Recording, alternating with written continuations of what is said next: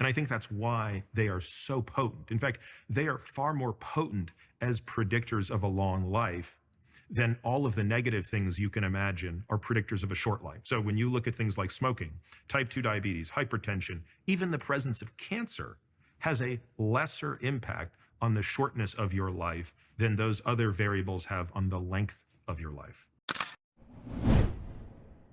So the good news is, first of all, and I accept the fact that not everybody is swayed by data, but I at least want to put it out there. So if you're a person who's in the doing 0 exercise per week camp, the very good news is the benefit you get from going from 0 to 3 hours a week is a greater benefit than anyone gets along the exercise curve, right? So taking someone who's at 5 hours and taking them to 15 will produce less relative benefit than going from 0 to 3. So in other words, I want that person to see some real incentive for making this change. Secondly, I'll put some numbers to it, right? So going from no exercise to 3 hours a week approximately reduces your all-cause mortality, that is to say death by every cause, by 50% at any moment in time. So if you're standing there asking, what's the probability I'm going to die this year? Well, we can sort of actuarially figure that out. You get to cut that number in half by simply going from 0 to 3 hours to exercise a week if you're a non-exerciser. So again, there's going to be a subset of people for whom that's a very powerful piece of information they didn't know. So then what I would say was, how do you do that? So I agree with you that you're much better off trying to do 30 minutes 6 times a week than 3 hours once a day, or 2 hours, in whatever fashion. So what I would say is the most effective way to do that is probably about 90 minutes of low intensity cardio. And for a person who's not particularly fit, that's going to amount to just brisk walking. Rather than tell them what to do, I tell them how to feel when they're doing it. So what you want to feel is out of breath enough that you can barely carry out a conversation, but you could if you had to, but not so out of breath that you can't carry on a conversation, and not so easy that you can speak easily. So there's that sweet spot in there. Physiologically, we call that zone 2, but I'm not going to bore them with that nomenclature. It's just basically 90 minutes, say 3 times 30 or 2 times 45 a week, where you're just out of breath enough that you don't want to talk, but you could if you had to. Okay.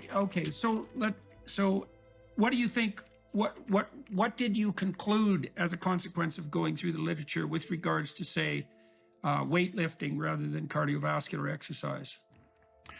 So in biology, we look to integral functions to give us a sense of how valuable an input is. And you don't get many of them, okay? So most people are probably familiar with something called a hemoglobin A1C. It's a blood test you get at the doctor, and if it's high enough, it tells you if you have type 2 diabetes. So if the hemoglobin A1C is beyond 6.5%, that tells you that over the past 3 months, your average blood glucose has been 140 milligrams per deciliter, which is the cutoff for type 2 diabetes. So in that sense, hemoglobin A1C is an integral of your behavior over the past 3 months with respect to glucose. We don't have a lot of those, but we have 2 really amazing ones with respect to exercise. One of them is around strength and muscle mass, and one of them is around peak cardiorespiratory fitness. With respect to, so I'll just get to the punchline. The punchline is there is no metric that is more highly associated with living a long life. Just this is purely based on length of life. There's no metric anywhere in the medical literature that's more highly correlated with this than having a high VO2 max. VO2 max is a measure of your peak cardiorespiratory fitness. But the second most highly correlated metric of length of life is a composite metric of strength and muscle mass. So in other words, why people always ask me, why is it so important? I think it's important because those things are remarkable integral functions. So they basically tell you, they add up the work that has been done to that point. So you don't just have a VO2 max because you woke up one day and decided to do something positive. you have a high VO2 max because you've been training very hard for a long period of time, in many cases for years. Similarly, a person doesn't just wake up and have a lot of muscle mass or have a lot of great strength. Those things are the product of a lot of work. And I think that's why they are so potent. In fact, they are far more potent as predictors of a long life than all of the negative things you can imagine are predictors of a short life. So when you look at things like smoking, type 2 diabetes, hypertension, even the presence of cancer has a lesser impact on the shortness of your life than those other variables have on the length of your life. Yeah, I've read that grip strength, for example, is a good marker of propensity for longevity, well, in everyone, but particularly in elderly people. And it isn't, as you pointed out, because grip strength per se is particularly important, but because grip strength happens to be a good marker for overall, what would you say, psychophysiological integrity. 100%, 100%. So- Yeah, it's grip strength is one of the most potent. So put it this way, if you compare the top decile to the bottom decile in grip strength, it's a 70% difference in incidence and death from dementia, all-cause dementia, not just Alzheimer's, every form of dementia. When I was in my mid-20s, when I was 21, 22, I weighed about 130 pounds, 135 pounds. I was 6'1", and so very, very thin. And I spent about 4 years intensely weightlifting and packed on about 35 pounds of muscle. I'd eat like a mad dog for about 3 years to do that. But one of the things I noticed that was really cool was that I also got to be a lot more coordinated. I was using free weights, because free weights help exercise all the little muscles and tendons. But it also seemed to me to be unbelievably useful for facilitating nerve myelinization. And I think now that was probably a good marker. That increase in coordination was probably a good marker for improved neurological function.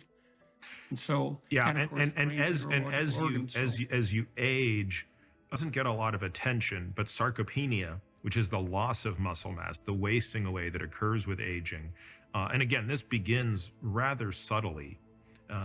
We lose, what are called type 2 muscle fibers first. That's the hallmark of aging. So the type of muscle fiber that's responsible for explosive power is the first one that begins to atrophy when we age. Even at my age, I'm 50, I'm already experiencing that to a great extent. I don't have a fraction of the explosive power I had at 25. Once you lose explosive strength, you start to lose overall strength. And once you lose that, you're going to start to lose muscle size is the very last thing. So by the time a person is 75, the decline in muscle size, which is already preceding strength, is significant. Now, we can do a lot to prevent this, and I think that that's what's being captured by these statistics. The people who are able to delay that loss of strength and muscle mass are the ones that are going to live the longest on average. Yeah, so on the weightlifting front, we talked a little bit about, what you could do simply to start working out on the cardiovascular front. And brisk walking is the simplest and most straightforwardly implementable strategy on that front. I would add one thing to that, Jordan, which is once a person reaches a certain level of fitness, the brisk walk may not be sufficient enough to produce enough cardiovascular stress. Depends where you live, but if you live in an area where you've got a lot of hills, that might not be the case. But for most people, there's a limit in human gait to how fast you can walk, and for most people, it's about 3.5 to maybe up to 4 miles per hour. And again, at a certain point, that's not going to be fast enough. So what we can do for that individual, rather than have them transition to running, I like to put weight on their back, called rucking. So you carry a military type of backpack with plates of weight in the back. And now you, without putting additional stress on the knees, put additional stress on the cardiorespiratory system. So just throw that out there as additional ways to get this done. I think the other thing that I would say, and I think about this stuff all the time. So I have a very elaborate gym. I do, every sort of exercise you can imagine. But sometimes I like thinking and debating with people, like, what's the single most important exercise you could do if you could only do one? And for the lower body, I think step ups would be, so if you had just 2 dumbbells and a box, you can do anything, right? Because you're going to do forward step up, backward step up, side step up.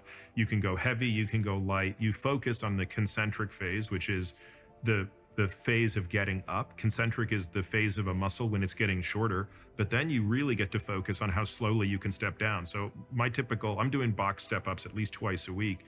I do a count of 1 up, 3 down. So taking 3 full seconds on that one leg to descend.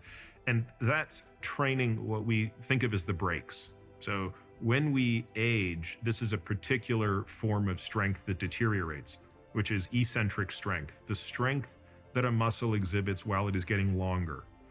This is why so many old people fall. And the mortality of a fall when you are above the age of 65 is staggering. So depending on the series you look at, 15 to 30% of people over the age of 65 who fall and break a hip will be dead within a year of that fall.